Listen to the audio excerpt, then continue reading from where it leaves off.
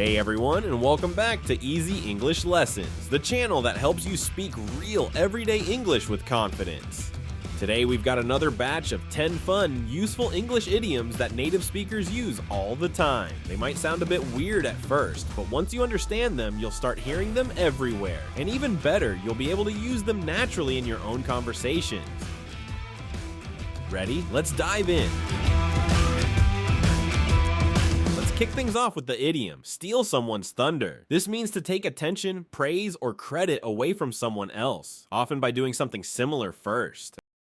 Imagine you've been planning a surprise party for weeks, and then your friend blurts it out to the guest of honor before you get the chance. Yep, they just stole your thunder. Another example, she announced her promotion during my wedding speech. Totally stole my thunder. It's about someone grabbing the spotlight that should have been yours. Next up we have, throw your hat into the ring. This one means to say you want to compete or be considered for something like a job, election, or challenge. Let's say there's an opening for team leader at work and you say, you know what, I'm throwing my hat into the ring. That means you're officially in the running. Another one, a few new candidates have thrown their hats into the ring for mayor. It's a confident, proactive way to say, count me in. Now here's a fun one, bark up the wrong tree. No dogs involved here. It means you're making a wrong assumption or blaming the wrong person. Example? Sure, if you think I took your keys, you're barking up the wrong tree. Or, he blamed the assistant, but really it was the manager's mistake. He was barking up the wrong tree. It's like chasing the wrong lead. Moving on, let's talk about water under the bridge. This is something we say when past problems don't matter anymore. We've moved on. You might hear, yes, we had a disagreement last year, but it's all water under the bridge now. Or, don't worry about that argument, it's water under the bridge. It's a peaceful phrase that says, let's not dwell on the past. Now here's a big one, the elephant in the room. This means there's an obvious issue that no one wants to talk about. It could be tension at work, a secret everyone knows, or a problem being avoided. Like, we were all at dinner, but no one mentioned the layoffs. It was the elephant in the room. Or, there's an elephant in the room whenever we talk about the budget. It's a way to say, hey, let's acknowledge the big issue we're all pretending not to see. Next is a quirky one, not playing with a full deck.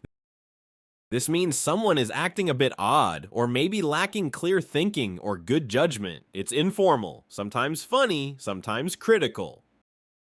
Example, he wore flip-flops to a snowstorm. He's not playing with a full deck. Or, the plan makes no sense. I think the manager's not playing with a full deck today.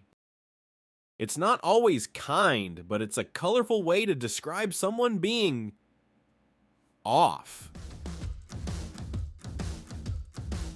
Alright, time for the jury is still out. This idiom is used when a final decision hasn't been made yet, like when people aren't sure if something is good or bad. You might say, the new restaurant opened, but the jury's still out on whether the food's worth it. Or, he started the job last week, the jury's still out on how he's doing. It's a nice way to say, let's wait and see. Here's one that packs a punch. Hit the ceiling. To hit the ceiling means to suddenly become very angry. For example, when she saw the mess in the kitchen, she hit the ceiling. Or, he hit the ceiling when he found out his car got towed. It paints a picture of someone exploding with frustration. Let's cool things down with take the plunge. This idiom means finally deciding to do something big, risky, or important after thinking about it for a while. You might say, after years of saving, they took the plunge and bought a house. Or, she finally took the plunge and quit her job to travel. It's about that moment when thinking turns into action. And finally, let's talk about keep something at bay. This means to prevent something unpleasant from getting worse or from affecting you.